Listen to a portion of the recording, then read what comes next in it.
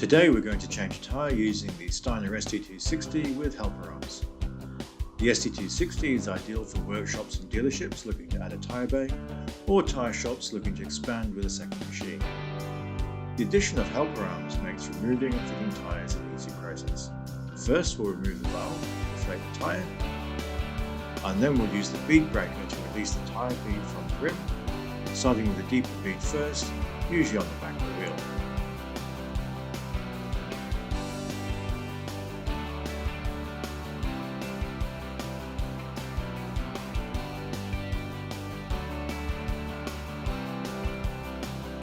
The wheel is placed on the turntable and we engage the clamps to secure it.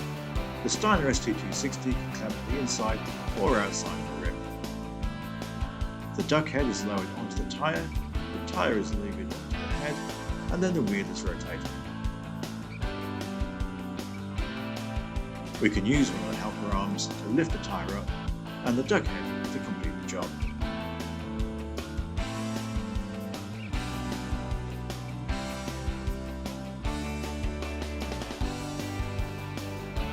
Here we have the duck head guiding the bead under the rim, an arm holding the tyre below the rim, and a second arm that rotates with the tyre holding everything